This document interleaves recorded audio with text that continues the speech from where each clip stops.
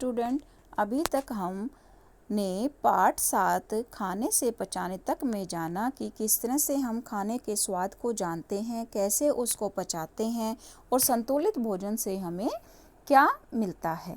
दादी ने बनाए पूड़े।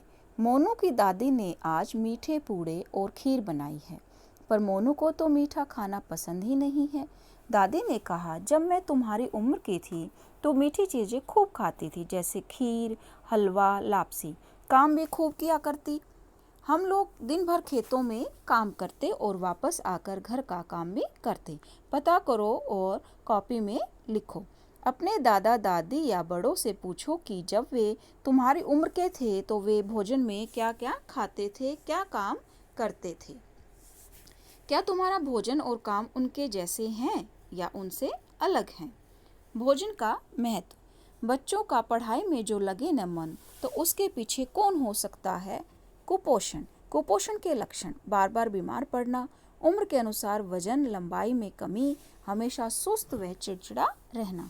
सही स्वास्थ्य के लिए स्वच्छ, ताज़ा और संतुलित भोजन करना अत्यंत महत्वपूर्ण है। अनेक सरकारी योजनाओं, anganwadi, mid day meal, ICDS के माध्यम से सभी के लिए भोजन की उपलब्धता सुनिश्चित की जाती है।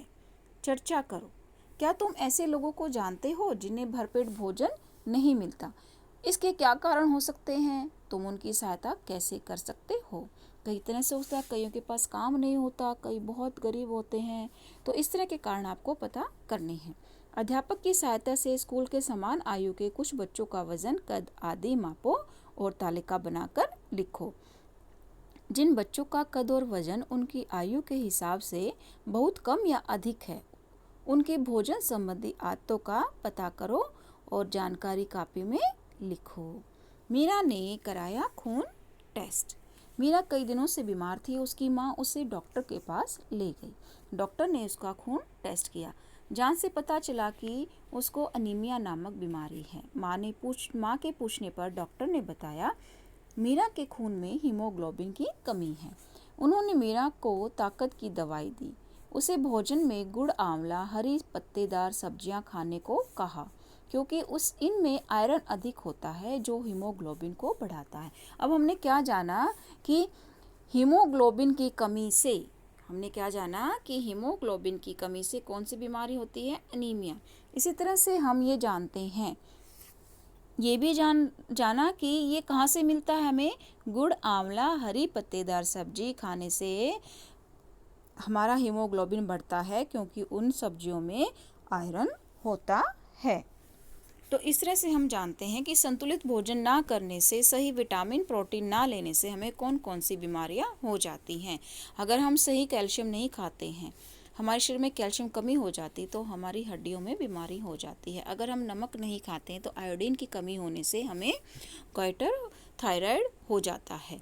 तो इस तरह से विटामिन सी की कमी से हमें कहाँ से मिलता है विटामिन सी? खट्टी चीज़ों से हमें विटामिन सी हमें मिलता है। अब बताओ, क्या तुम्हारे घर में या आसपास किसी व्यक्ति को कभी खून टेस्ट कराने की ज़रूरत पड़ी है?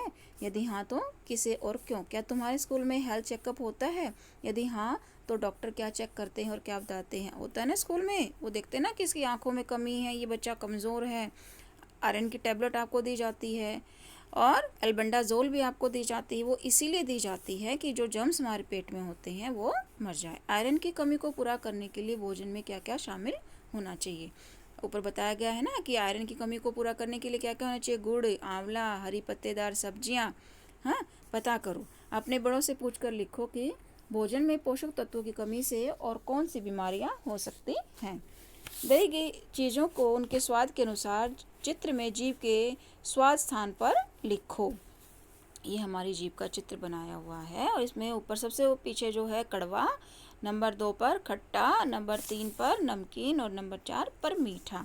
अब हमारे पास ये विभिन्न प्रकार की चीज़ें हैं: चॉकलेट, इमली, पकौड़े, खीर, नमक, चीनी, अमचूर, करेला। आप इसको स्वयं करेंगे। पता करो ग्लूकोज के अलावा और क्या खाने से हमें तुरंत ताकत मिल जाती है। प्रोटीन की चीज़ें, कार्बोहाइड्रेट्स हम खाते हैं तो चीनी हम थोड़ी सी खा लें तो उससे भी हमें मिलती है। कुछ फल और सब्जियों के नाम लिखो जो पहले अधिक और खाई जाती थी और कम खाई जाती हैं। वे फल और सब्जियां जो आसपास नहीं उगाई जाती पर मिलती हैं। ये सब चीज़ें आपको अपने वातावरण से, अपने घर में सब्जी मंडी से आप देखते हो, रोज़ खाते हो, पता करनी है। तुम्हारे घर में खाने की जो चीज़ें पैकेट में खरीद जाती हैं उनकी सूची बनाओ। पैकेट में क्या खरीद जाती हैं? दही, दूध आती है ना, वो बनानी है। ऐसा करो, ग्लूकोज के डिब्बे पर दी गई जानकारी को पढ़ो और लिखो। वजन, प्रयुक्त अवयव, बनाने की तिथि, प्रयोग करने की अंतिम तिथि, रख रखाव संबंधी निर्देश, उपयोगिता मूल्य। ये सब चीज़ें आती है ना कि एक्सपायरी डेट कब होती है, कब वो बनी है, मैन्युफैक्चर डेट उन पर लिखा होता है, उसका क्या मूल्य है, ये सब चीज़ें आपको पता करनी है और उसको आपको देखना है ध्यान से। हम कोई भी खाने की चीज़ होती है उसे हमें हमेशा उसके बनने की तिथि और कब तक उसको हम प्रयोग कर सकते हैं वो तिथि देखकर ही हमें उसको यूज़ करना चाहिए।